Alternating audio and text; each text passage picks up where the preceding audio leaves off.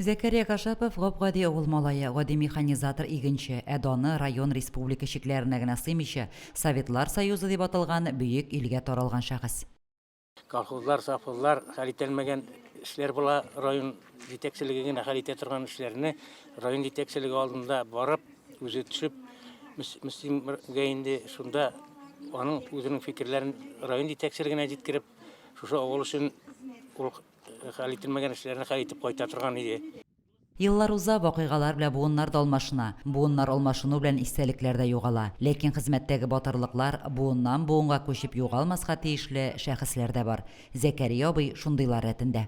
Бу чыннан да районның данлы кешесе, барыбызның да тәрбиячесе дип әйтергә кирәк. Мин инде үзем дә яшь вакытымнан ук шушы Зәкәрия Кашапов үрнәгендә ничек итеп, мотор итеп хезмәт куеп булыр микән дип эшләдем. Я считаю, что не только как бы памятное мероприятие для меня, там как для родственника, как для зятя, как для детей великого человека, так и для молодежи пример. Как бы воспитательный процесс такой. Мне очень понравилось. Спасибо большое.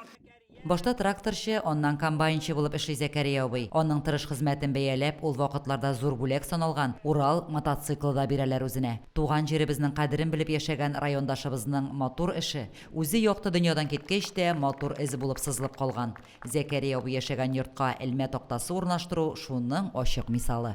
Лилия Шәймиева, Динар Минхаҗев, Мөслим телевидениесе.